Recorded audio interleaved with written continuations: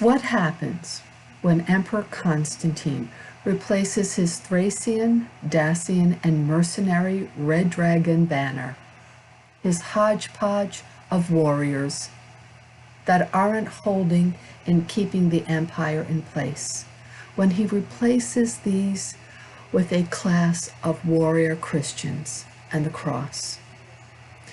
I'm Lynn Schnebley with Educating with Wisdom, and I'm the ambassador for Heaven's creating and protecting goddesses and archangels over life. More than 25 years ago,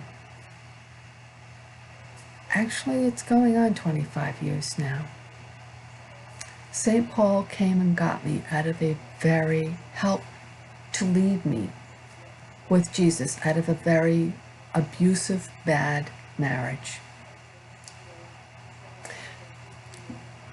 And one of the things I had been struggling with for many, many years is, why didn't Christianity represent Jesus?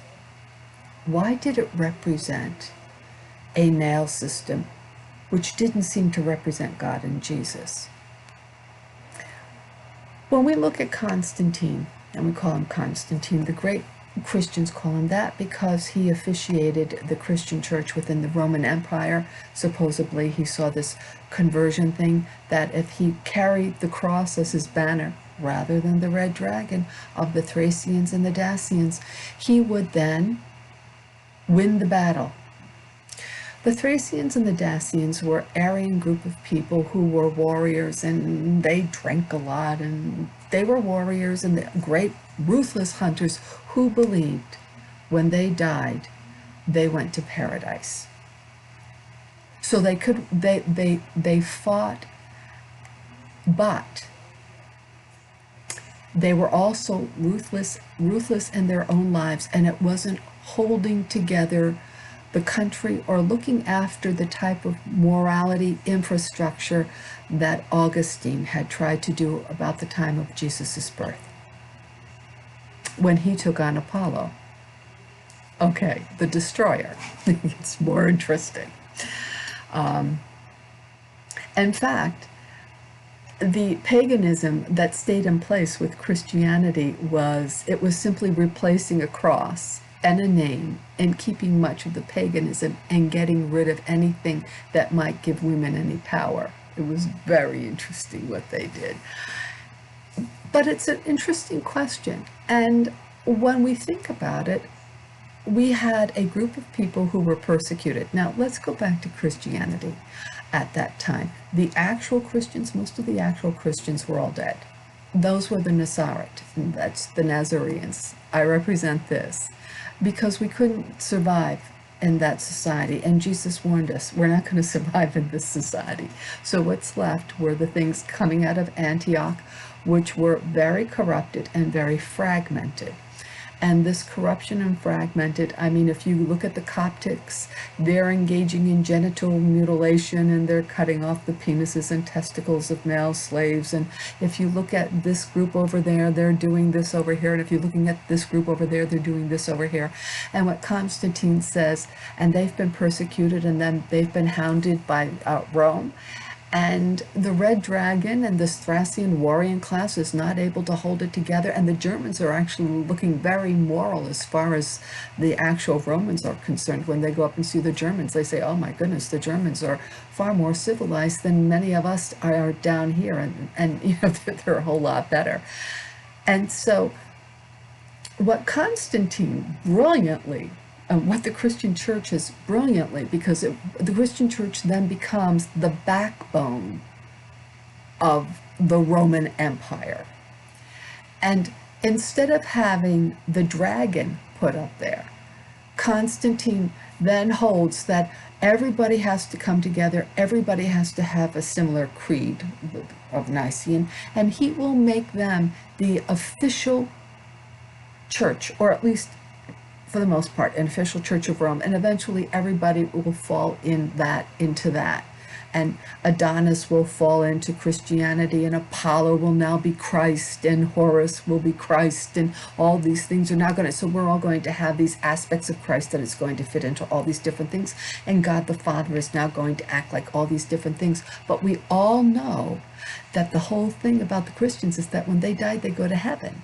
And so now we've got a group of men who are saying, up until this point of time, we've been persecuted. And I'm not saying these men were particularly good to women, but I'm saying that they were what we call the Christians.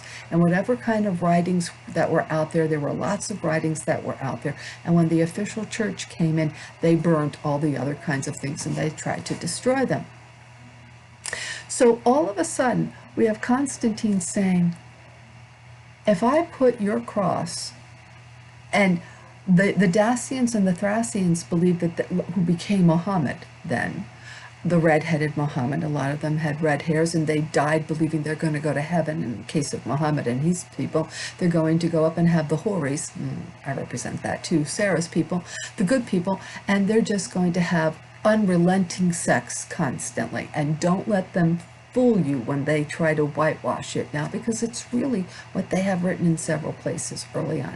Well, and in this case, the Thracians and the Dacians, they believed too that they were going to die, and you know, there was this whole belief system, and these are really bad men, like they are polygamists, like Muhammad. Like, I remember reading, and it's online, if you have like only 3 wives, of course you have to kill all those other men just to have 3 wives. But if you only have 3 wives, you're really a failure. You should really have between 9 and 12, which means you have to really kill a lot of men in order to have between 9 and 12. And then when you die in war, you're just going to go right to heaven. So it doesn't matter when you die, you might as well die and be glorious, because you're going to get there faster. Now we have the Christians, who believe that because of Christ, everything is, you know, and they can do, and it's okay. And their church leaders can tell them what they need to do now. But when they die, they too go to heaven. And they keep their women under control, and they will worship on Sunday, even though it's not the day that they should be worshiping on, and that's the sun time. And they begin to take over all of the different pagan holidays and slap Christian names on it. All over the place, including their hymns and their songs, and I studied that part when I studied music. So I'm introducing this because we have lost the meaning of Jesus.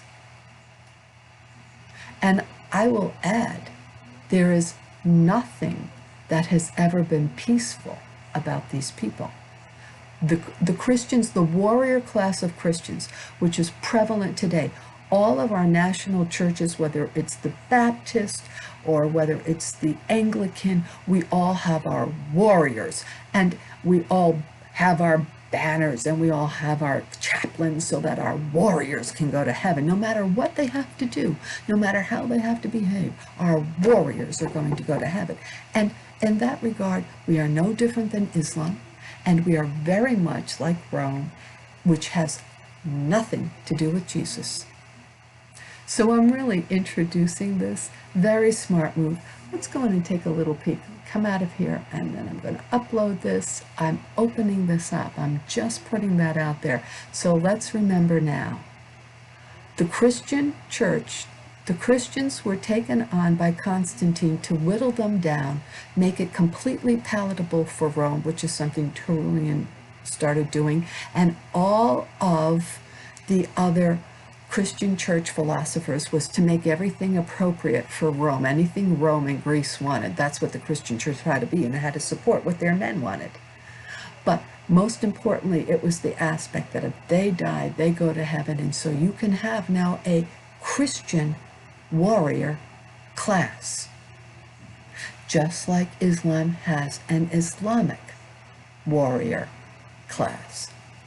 And this is why, believe it or not, I'm going to reach out to Jewish people. The daughter of Zion is going to reach out to the daughter of Jerusalem, so that we can both tease out the Thracian Dacians, the Hebrews, which were the goat people, from the Semites. Tease it out of there and take it out of Christianity.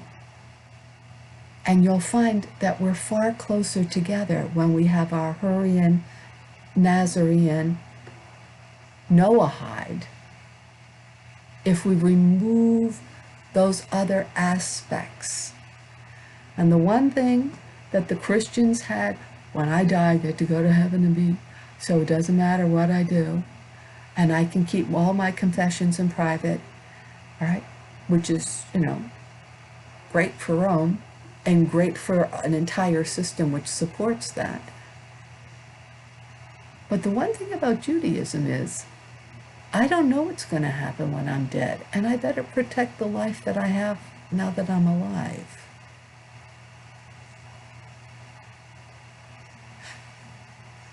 Interesting thought.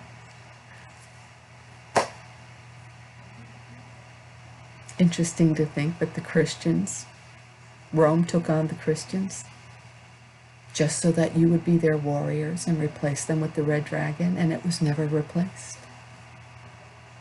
Rome kept it, the Vatican kept it, the British kept it, and it's destroying us all. Let's go in and take a peek for just a moment.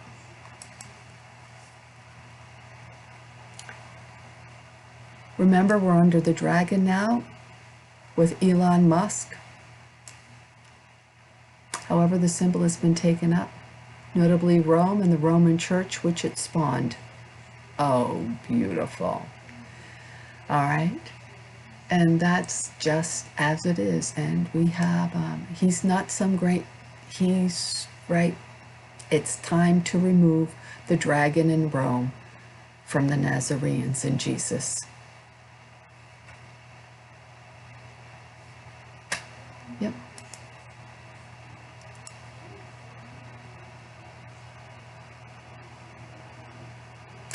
From the Serpentine Greek ones. Actually, the Dacian, I've said the Dacian and Thracian, very much a part of the Greeks. And I've lectured on this so far. So, with that in mind, something to think about. Good night.